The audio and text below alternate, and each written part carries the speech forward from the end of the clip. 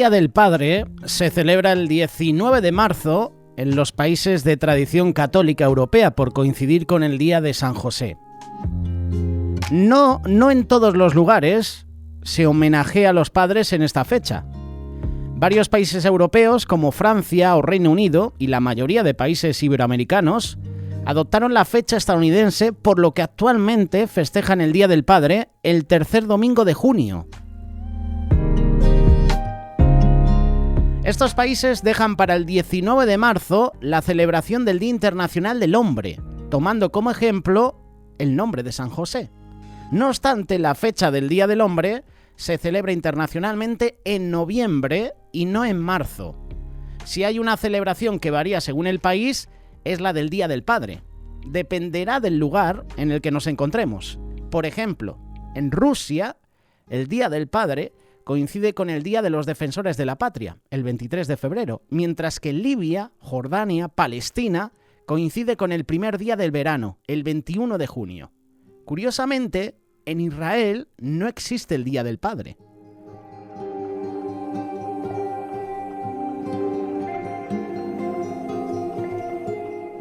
Como celebramos este día especial, hoy quiero hablarte sobre la paternidad de Dios.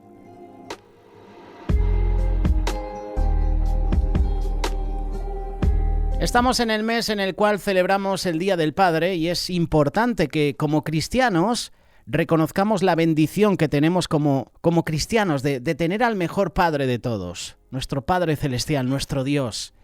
Este día vamos a responder una pregunta muy importante. ¿Cómo es la paternidad de Dios? ¿Cómo se manifiesta en nuestra vida? Muchas personas dicen que todos somos hijos de Dios, pero esto no es lo que nos dice la palabra de Dios. La palabra de Dios nos enseña que nosotros los seres humanos somos criaturas de Dios y hasta que no recibimos a Jesús como nuestro Salvador, no recibimos el derecho de ser hijos de Dios, de ser parte de su familia. Humanamente hablando, sí podemos decir que todos somos hijos de Adán, pero recibimos la potestad en griego, que es exousia, que es el privilegio, es derecho, es la capacidad de ser hijos de Dios únicamente solo si aceptamos a Jesús en nuestra vida. Ahora veamos cómo es la paternidad de Dios sobre nuestra vida. En primer lugar, es una paternidad de amor. El Señor nos ha adoptado como sus hijos, no porque seamos buenos o porque lo merezcamos, sino que hemos sido adoptados por una sola razón: por amor. Nosotros hemos ofendido a Dios, hemos sido rebeldes, somos pecadores, somos débiles, hemos cometido grandes errores, pero aún a pesar de todo eso, Dios nos ha perdonado y por amor nos ha redimido y nos ha adoptado como sus hijos. Todo esto significa que tenemos el privilegio de ser llamados hijos de Dios, no por causa nuestra, sino únicamente por el gran amor de Dios.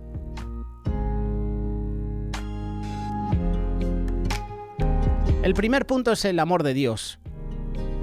Podemos ver la paternidad de Dios sobre nuestra vida a través del amor. La paternidad de Dios nos da confianza. La relación con Dios es una relación de confianza, de amor. Podemos llamarle Abba Padre, y esta es una palabra del lenguaje infantil que significa papá. Pero en el tiempo de Jesús también la utilizaban los jóvenes, la utilizaban los adultos para dirigirse a su padre cuando la relación era de mucho cariño, era de confianza. Se dice que la mejor traducción es Padre mío querido. Otros dicen que sería papito. Pero lo que sí es seguro es que Abba Padre refleja una relación padre-hijo que está basada en la confianza, en el respeto, en el cuidado, en la responsabilidad, en el amor.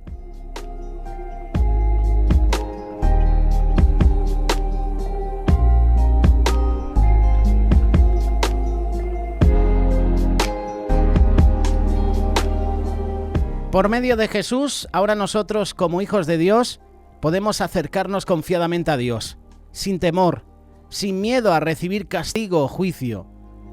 Recibiremos misericordia, ayuda, socorro para nuestra vida. La paternidad de Dios nos da provisión. La paternidad de Dios nos da protección. Si Dios es nuestro Padre, podemos estar seguros y confiados que Él siempre va a cuidar de nuestra vida y también de todas nuestras necesidades.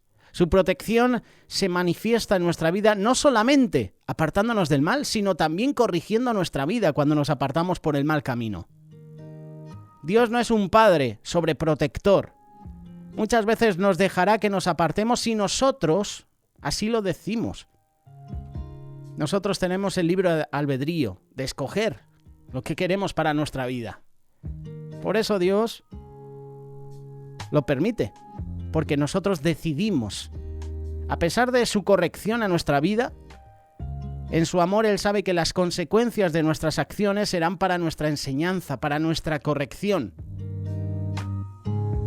Como Padre amoroso, como Padre misericordioso, a pesar de nuestras malas decisiones, cuando decidimos volver, Él siempre nos recibe. Puedes leer ese pasaje del hijo pródigo, como el padre se levantaba cada mañana y esperaba que su hijo volviera. Podríamos decir que ese pasaje del hijo pródigo podría recibir otro título: el amor del padre, la misericordia del padre con el hijo. La paternidad de Dios nos da derecho a su herencia. Desde el momento en que recibimos a Jesús como Señor y Salvador de nuestra vida, recibimos una herencia maravillosa como hijos de Dios, la vida eterna. Pero esta herencia es diferente, no es una herencia para esta tierra. Esta herencia está reservada en el cielo para nosotros, y la gran diferencia es que no se recibe cuando nuestro Padre muere. Dios es eterno. Se hace realidad cuando morimos nosotros. Es una herencia de vida para toda la eternidad, por lo que podemos darnos cuenta que verdaderamente es un privilegio poder ser llamados hijos de Dios.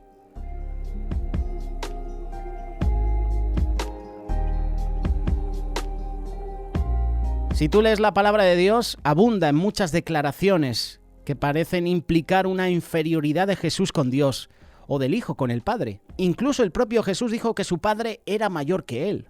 Juan capítulo 14, versículo 28. En otra ocasión Jesús dijo: no puede el Hijo hacer nada por sí mismo, sino lo que ve hacer al Padre, porque todo lo que el Padre hace, también lo hace el Hijo igualmente. Porque el Padre ama al Hijo y le muestra todas las cosas que Él hace. Juan capítulo 5, versículos 19 y 20. Él dijo claramente de su propia capacidad: yo no puedo hacer nada por mí mismo. El Evangelio de Juan está lleno de afirmaciones como estas. Jesús, aun lo que Él enseñó, lo recibió de su Padre. Las mismas palabras fueron enseñadas primero a Él, antes de que Él las enseñara a los demás, antes que Jesús nos las enseñara a nosotros. Jesús era el destinatario y no el autor de la revelación divina. Habló del Padre estando con Él y dijo que era procedente y enviado por el Padre. También dijo Jesús que volvería al Padre y que fue santificado ¿por quién? Por el Padre.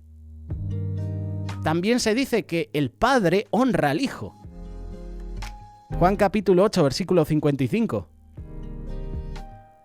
Si tú lees la palabra de Dios y tú la analizas, comúnmente a Dios y a Jesús se les refiere como dos personas distintas.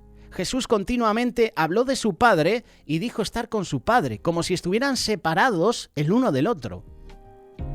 Hablando de su Padre le dijo a los fariseos: el que vosotros decís que es vuestro Dios, capítulo 8, versículo 54, Jesús también dijo: el que tiene mis mandamientos y los guarda, ese es el que me ama, y el que me ama será amado por mi Padre, y yo le amaré y me voy a manifestar a él. El que me ama, también dice, mi palabra guardará, y mi Padre lo amará, y vendremos a él y haremos morada con él. Juan capítulo 14, versículos 21, 22 y 23. La oración que hizo Jesús por sus discípulos se encuentra en Juan capítulo 17 y está llena de este tipo de terminologías. Si lees el versículo 3 dice: que te conozcan a ti, el único Dios verdadero, y a Jesucristo a quien has enviado. Aquí Jesús llamó Dios al Padre, a pesar de que Jesús era Dios. Él reconocía a Dios el Padre como superior a sí mismo y habló con él de una manera como cualquier otro ser humano lo haría. Es decir, que Jesús habló de sí mismo en tercera persona. Y esto nos da una idea de la forma en que los hebreos utilizaron el lenguaje. No tiene sentido que hablemos de nosotros mismos usando nuestro propio nombre, como si estuviéramos hablando de alguien más.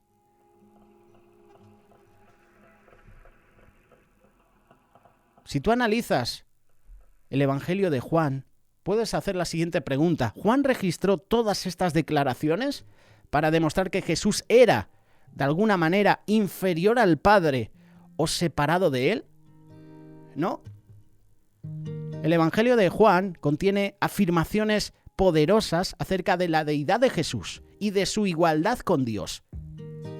Yo y el Padre uno somos. Por ejemplo, antes que Abraham fuese, yo soy, y el que me ha visto al Padre. Increíble.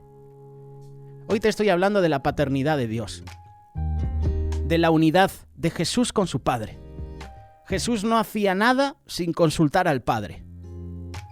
Jesús, frecuentemente en los evangelios, en todo momento podríamos decir, habla de su relación con el Padre. Yo estoy con el Padre en mí. Juan capítulo 10, verso 38. No se puede decir que el Hijo es el Padre o que el Padre es el Hijo. El Hijo, por definición, es a la vez divino, humano, mientras que únicamente el Padre es divino. Aunque la deidad del Hijo es de la misma esencia que del Padre, la deidad del Hijo está unida a la humanidad, formando así una existencia distinta a la existencia de Dios como un espíritu. La deidad del Padre está en el Hijo, pero la existencia del Hijo es diferente a la del Padre. ¿Cómo es que creer en Jesús equivale a creer en Dios? ¿No es posible creer en Jesús pero no creer en Dios? ¿O cómo es posible haber visto a Dios cuando uno en realidad solo ha visto el cuerpo físico de Jesús? ¿No se puede aceptar a Jesús sin aceptar al Padre? Según Jesús, la respuesta es no. Jesús hizo declaraciones profundas de esa naturaleza. Yo soy el camino y la verdad y la vida. Nadie viene al Padre sino por mí. Si me conocieseis también a mi Padre, conoceríais. Y desde ahora le conocéis y la habéis visto. Juan capítulo 14, versículos 6 y 7. Jesús no es solo el camino al Padre, sino el Padre que solo puede ser conocido a través del Hijo. Y a nosotros nos parece que el Padre pudiera llegar a ser conocido aparte del Hijo. Pero de acuerdo con Jesús esto no es posible. A los judíos que odiaron a Jesús por lo que él hizo, les advirtió, el que me aborrece a mí, también a mi Padre aborrece. Juan capítulo 15, versículo 23. Probablemente uno de los mejores ejemplos que demuestran este punto lo puedes ver en 2 de Juan, capítulo 9. Mira lo que dice Juan. Cualquiera que se extravía y no persevera en la doctrina de Cristo no tiene a Dios. El que persevera en la doctrina de Cristo, ese sí tiene al Padre y tiene al Hijo. Increíble. Si tú y yo aceptamos a la persona de Cristo, nosotros, tú y yo, tenemos al Padre, pero es que también tenemos al Hijo. La palabra de Dios transmite una verdad común. Esa verdad es el conocimiento acerca del Padre, que está ligado al conocimiento acerca del Hijo. Dios nunca abandonó su deidad eterna al convertirse en el Hijo. Al igual que un padre humano no renuncia a su identidad como hijo cuando se convierte en padre, porque no hay ningún cambio esencial en su persona, sino un cambio en su existencia. Hay como una evolución. He sido hijo, sigo siendo hijo, porque tengo padres, pero luego cuando voy creciendo, me caso, tengo hijos, ya soy padre de hijos. Pero no pierdo esa identidad de que yo también soy hijo, porque tengo padres. Se puede entender, ¿verdad? Tú y yo, para conocer a una persona como un hijo, sin conocerlo en su papel de padre, cuando la identidad del padre se agrega a su identidad como hijo, conoces a la persona en su papel de padre. Pero también asumimos que es un hijo. Y de la misma manera, pero exactamente en el orden inverso, Dios asumió la condición de hijo, mientras que asumamos que Él también es el Padre. Así que el conocimiento de Dios es su encarnación, es su deidad, es su humanidad. Su identidad como ser humano fue añadida a su identidad como espíritu. Y el conocimiento del Padre está ligado con el Hijo, porque la deidad esencial del Padre está en el Hijo. Conocer a Jesús, Dios en su inmanencia, es conocer al Padre. Como dice nuestro compañero Fernando Ramírez, en una de las clases que nos presentó, Escuela Bíblica, mencionó esto. Conocer a Jesús, Dios en su inmanencia, es conocer al Padre, Dios en su trascendencia.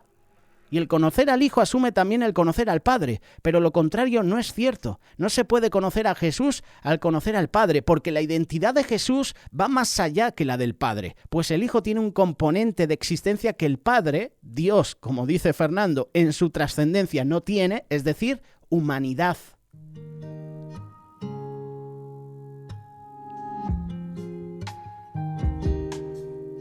¿Te has dado cuenta, verdad, que cuando lees la palabra y cuando lees los evangelios parece que Dios y Jesús parecen ser mencionados como individuos separados?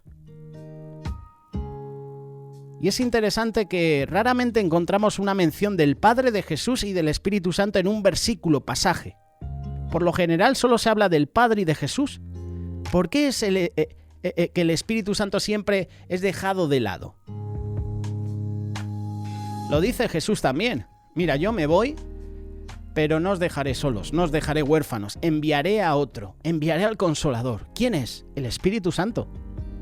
Él os mostrará todas las cosas.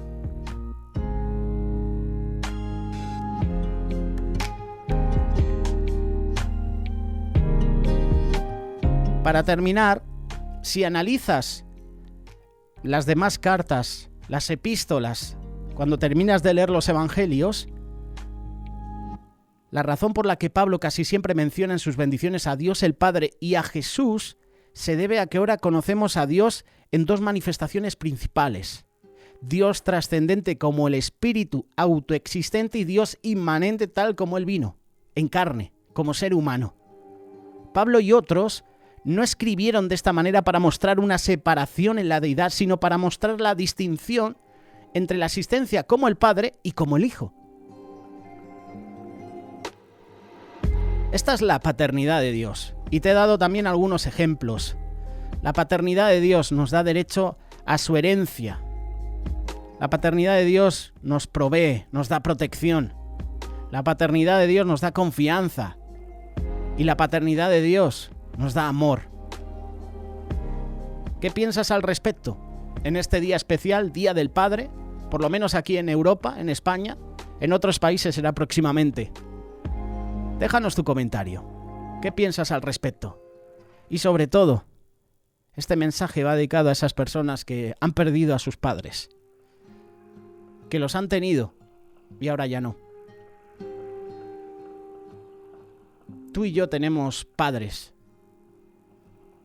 A lo mejor el que te ha llevado a los pies de Cristo puede ser también tu padre. Es como si fuera un padre espiritual.